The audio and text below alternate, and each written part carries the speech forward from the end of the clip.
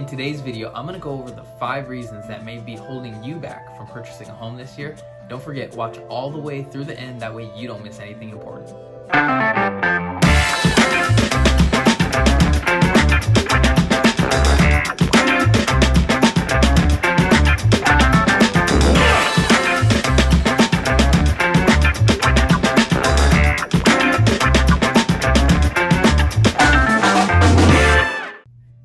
So if you're new to the channel and you want to know everything there is about living, eating, sleeping, working, the good and the bad about living in the San Fernando Valley, don't forget, subscribe, hit the like button, that way you can be notified about what's going on in our current market. We have so many people that are reaching out to us that are moving to the LA area and San Fernando Valley, and we absolutely love it. Please feel free, shoot us a text, send us an email, give us a call, and we can make that transition so much easier on you. So in my journey in creating this series, my original premise was that the market is passing everybody by. And as I was filming and editing and learning, it kind of transitioned, and I wanted to share that I had this notion. And the reason why the market is passing some potential buyers by is because they're trying to time the market. The truth of the matter is that the market can't be timed. So it's going to be the 5 reasons that I've identified that most buyers are making. Reason number 1 is you're waiting for the right deal.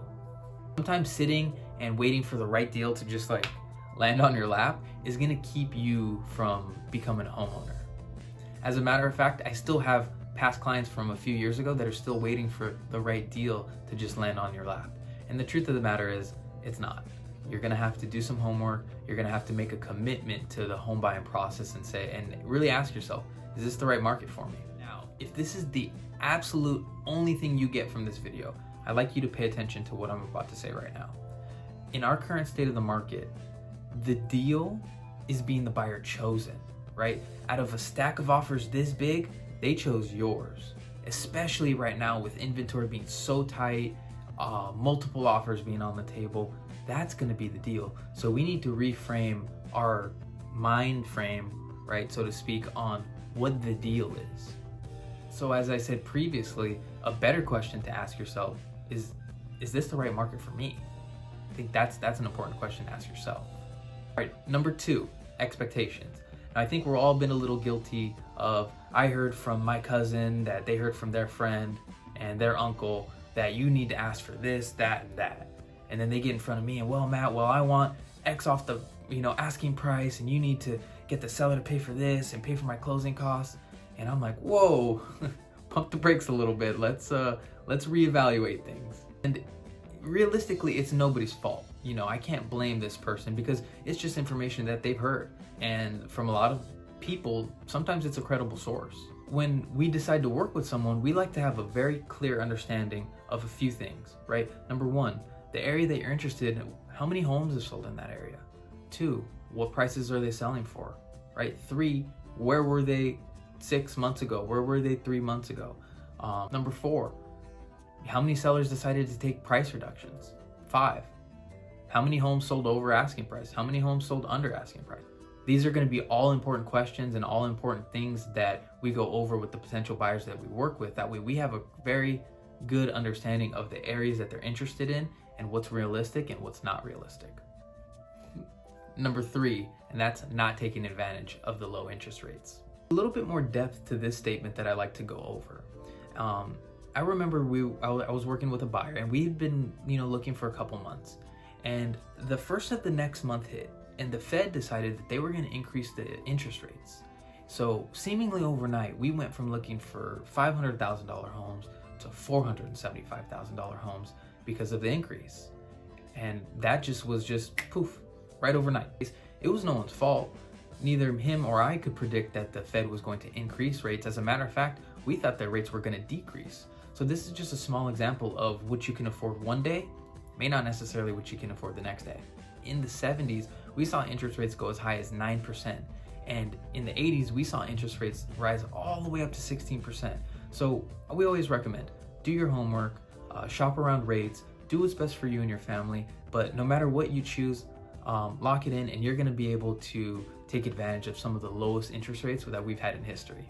Not knowing your numbers / making sacrifices. When it comes to home ownership, I don't think people really fully understand some of the sacrifices that they're gonna have to make that dream possible. Things like the $5 coffees, the luxury car you drive, date night, entertainment, going to the movies, some of the credit card debt that maybe you're starting to accumulate, can all really negatively affect your debt to income ratio and throw it way off. Typically, as a rule of thumb, we want to see your debt to income ratio be 33%. And our easy way to calculate this is going to be take your monthly gross income and divide that by your monthly expenses. So for a quick way to do some math on that is take your gross income and divide that by your revolving debt. So if you were making $5,000 a month and you had $2,000 of some revolving debt that you had every month, that's going to give you a debt to income ratio of about 40%. You may hear your lender come back to you after applying and say, hey, so-and-so, we need to show a little bit more money in your savings account. We need to pay down your car debt. We need to start paying down some of this credit card debt. So when I say know your numbers, I'm saying take a deep dive into your finances. Get a better idea of where every cent of your money is going. Know what's coming in, know what's going out, and take a look at the things that you may have to sacrifice to make home ownership become a possibility for you. Number 5. Now this ties into my previous point a little bit, meaning you should know the numbers in the areas that you're interested in. In particular, which direction is the market heading? Are we still heading upwards? Are we heading downwards? Or are we kind of leveling out a bit? So I remember working with a client a few years ago, and it was their first purchase, and it was at conservative $375 for a 1-bedroom. And this particular summer, we went from $375 to $385, and then $385 to $395.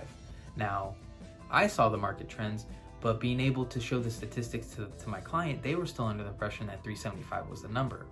So finally, after a little bit of time, missing out on a couple properties, going over asking price, I was able to show some statistics and say, hey, we need to readjust here.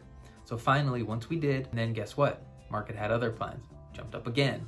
So in this particular case, I've seen firsthand how we can, as buyers, sometimes be a little bit more zoned in one area and not necessarily be open to the bigger picture. All right, guys, that wraps up today's video. I really appreciate you sticking around. I hope that you found some good nuggets in there that can help homeownership become a reality for you in 2022. If you found it useful, hit the like button for us. Let YouTube know you found it useful. Subscribe, hit that notification bell, and we can't wait to see you on the next video. Bye, guys.